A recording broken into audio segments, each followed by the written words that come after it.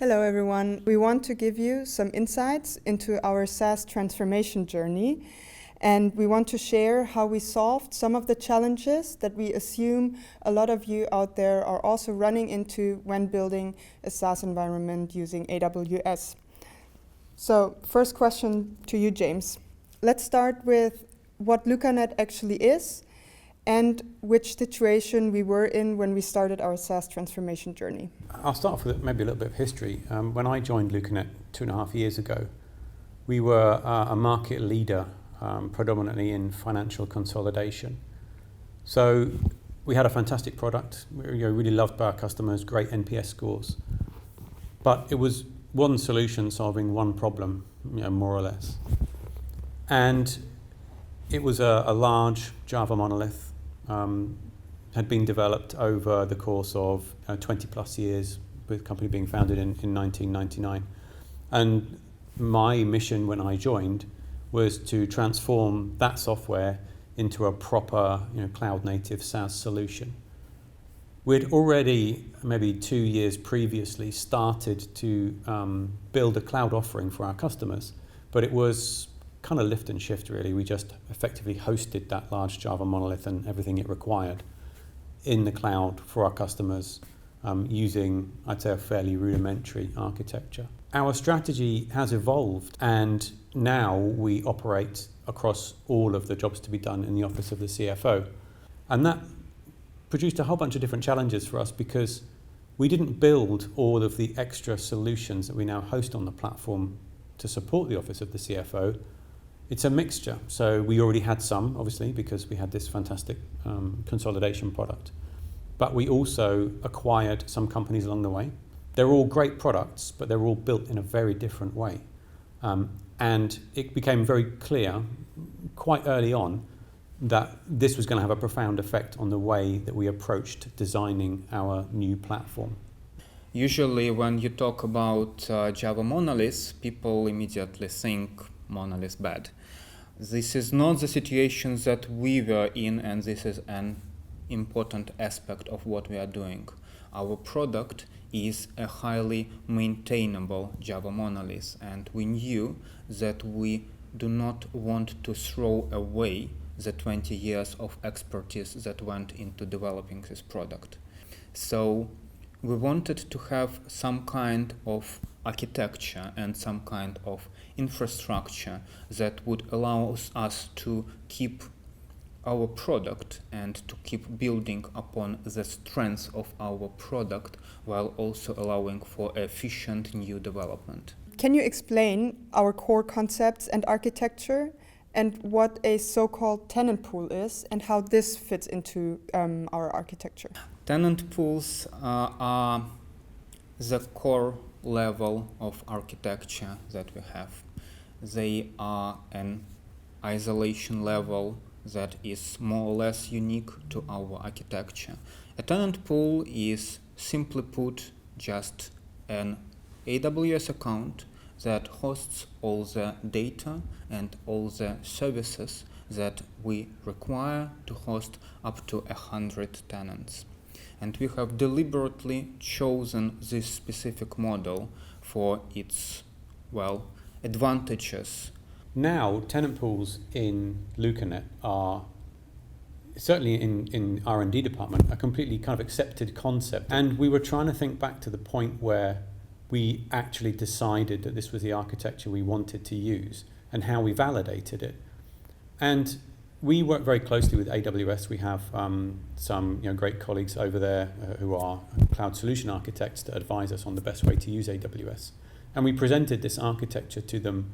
They had questions, and one of the obvious questions was how many tenants do you put in a pool and things like that. But there was actually never any point at which someone said, no, this is the wrong idea, because it felt so natural for the problem that we were trying to solve. And I find that quite interesting, because certainly when we go back and do the trade-off analysis, it still feels like it was the right thing to do. But there was never that point at which we kind of actually said, we'll actually make this decision, because it just, as I say, felt so natural and right that we kind of went with it. Tell me why you deliberately decided not to go with one account per tenant. Can you also elaborate a bit on the decision why you decided against putting all tenants into one single account, and maybe share the trade-offs of that as well? There are a few aspects to it, but the most important one is the blast radius minification. When you put all the tenants in one AWS account, if something goes down, it goes down to everyone. And simply put, this is not the degree of risk we are comfortable with taking. There is also the scaling aspect of the problem. There is a whole bunch of account level limitations in AWS that become increasingly painful to work around as you scale up your number of tenants. We can't reliably provision infrastructure for new tenants because we risk running into these limitations all the time with one AWS account for all tenants. It's very hard actually for us to predict which quotas we're going to run up against, and that sounds a bit odd when you first say it, but actually, because we have these now 7 different solutions and they're all constantly evolving, trying to make the best use of the AWS services that are available, this segmentation of customers into accounts actually feels like it's totally necessary. And it only gets worse when we start talking about dynamic quotas. There are limits to how quickly you can provision additional infrastructure. And if you are doing this in a tenant pool that hosts hundreds of tenants, then worst case scenario is just them who are encountering this problem. If you run out of this capacity globally, you are having a bad day, and everyone is. It's the level of integration that we're trying to embody in our platform for all of our solutions. And one option would be actually to run all of these solutions in separate accounts and treat them as separate stacks, which would alleviate some of the problems around quota management, for example, because it would be a little bit more predictable. But it really goes against what we're trying to achieve. Our platform is supposed to support our CFOs and their teams to build these really seamless workflows. And that's the direction that we're pushing in. Everything we're doing is around trying to automate as much as possible for those CFOs, and that's why we're building in a whole bunch of AI agentic flows and all of that good stuff. But in order to do that, you actually need a really high level of integration between all those solutions and the platform. And if you try to host them all separately and don't have a unified way of deploying them all dependably and reliably, I don't think you're ever going to achieve that level of seamless integration that we're trying to achieve for our customers. Talking about deep integration and security, I assume that these tenant pools still require tenant isolation. Can you elaborate on how you handle this aspect of security in your architecture? And can you please also share with us your authorization strategy? We actually use a variety of techniques in order to guarantee that tenant isolation, and it is something we take very seriously. We have some parts of the platform and the solutions that are cloud native and serverless, and for those we typically use some, I'd say, fairly advanced techniques around ABAC, so attribute-based access control. And the whole idea here was to make sure that it would be impossible for a mistake by a developer to expose data from one customer to another, because we're handling highly sensitive financial data, and we're working potentially in regulated markets and in territories that are particularly sensitive around privacy, such as the Germany regions.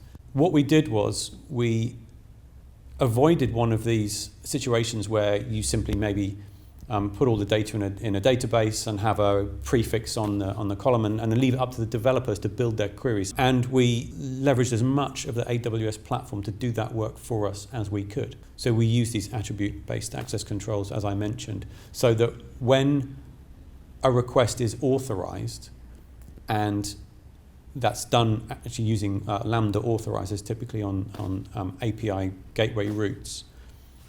We look at the inbound token, and we can talk a little bit about how the tokens are generated. We look at the inbound token, which is obviously a JOT token, JWT token, and we extract from that a unique tenant identifier for the customer that's making the request. We then impersonate, or rather assume a role, an IAM role, and as we assume that role, which ends up creating a temporary IAM session for us, we take the tenant ID and we put it into the session as a session tag. And from then on in, everything that is cloud native uses IAM constructs and with constraints specifically to make sure that it's actually impossible for our code to successfully cross tenant boundaries. This level of isolation is actually very secure and reliable, but for customers who want even deeper guardrails, we are also working on something new, something called bring your own key, and what it evaluates to in reality is that the data is encrypted not by keys, not by the encryption keys that are managed by AWS and not by keys that are managed by us, but rather by keys that are issued by our customers outside of the context of the application. And customers need to explicitly provide us permissions to decrypt their data. What this means is that even if all other isolation mechanisms fail and somebody somehow gets access to data, they won't be able to do anything with it. It's just digital noise without the encryption key that the customer is possessing. Talking about isolation and noise, how do you handle the noisy neighbor problem in your architecture? Since we isolate up to 100 tenants in a tenant pool, nobody has more than 99 neighbors, and even if there is a noisy neighbor in one tenant pool who makes life miserable for his cohabitants, the other tenant pools remain completely unaffected and continue working as usual. We also have the ability, when there's a neighbor that is too noisy in a single pool, we can move it from one busy area to more quieter destination. So it helps us be more proactive in our abilities. Let's look at the efficiency of our platform operation. What are the cost implications when comparing the symmetric versus asymmetric pools? It's a good question, but I think we have to move one step back before we start talking about asymmetric or symmetric tenant pools, that we have this tool that we built in-house called the control plane. And that's essentially a automated cloud engineer that's active 24 hours a day, 7 days a week. And that's kind of the driving force for making sure that we can maintain both symmetric and asymmetric tenant pools. But what is an asymmetric or a symmetric tenant pool? So we have, as James and Andy kind of touched on, a lot of different solutions, and not all of those solutions need to run in every place at any one point in time. And some of those solutions are actually very heavy. So we require to be able to spin up these asymmetric tenant pools that might have less services or more services for that kind of user or tenant pool type. So essentially, like I said, an asymmetric tenant pool is something that's not the same as everything else. We offer this complete solution, but not everybody wants to use each part of that solution. And so, our ultimate aim, of course, is to have all customers using the entire platform, but we're not there yet. And so you may end up with an uneven distribution of customers in tenant pools that need to use particular services. And if those services are maybe particularly resource heavy but underused in a tenant pool, then we might decide to create an asymmetric tenant pool and move tenants so that we can get kind of the maximum resource utilization inside that tenant pool. For some solutions like our platform services, they are incredibly cheap to run and they essentially cost nothing when nobody is using them. They only start costing money when there are people using them. For other solutions, it's expensive to keep them running even when nobody is using them. And it's specifically with these solutions that we are leaning towards utilizing asymmetric tenant pools for the simple reason we don't want to amortize the costs of running these solutions among tenants who actually have no interest in these solutions. Yeah, Andy and I were talking about this the other day, and it was really interesting because we were reflecting upon where we are now, 2 years after we started this journey, and asking ourselves the question, as you do, did we make the right decision choosing this architecture? And the only conclusion I can come to is that you will never know. You never know exactly what would have happened had you not made that decision. But I am pretty sure that we would have had a completely different set of problems had we not. And some of those problems I don't think I would have wanted to solve. Thank you all for the talk, and I hope we answered some of the questions you also might have had out there on our concept and the architecture that we use to build our SaaS platform. I hope this was valuable for you, and have a great day. Bye-bye.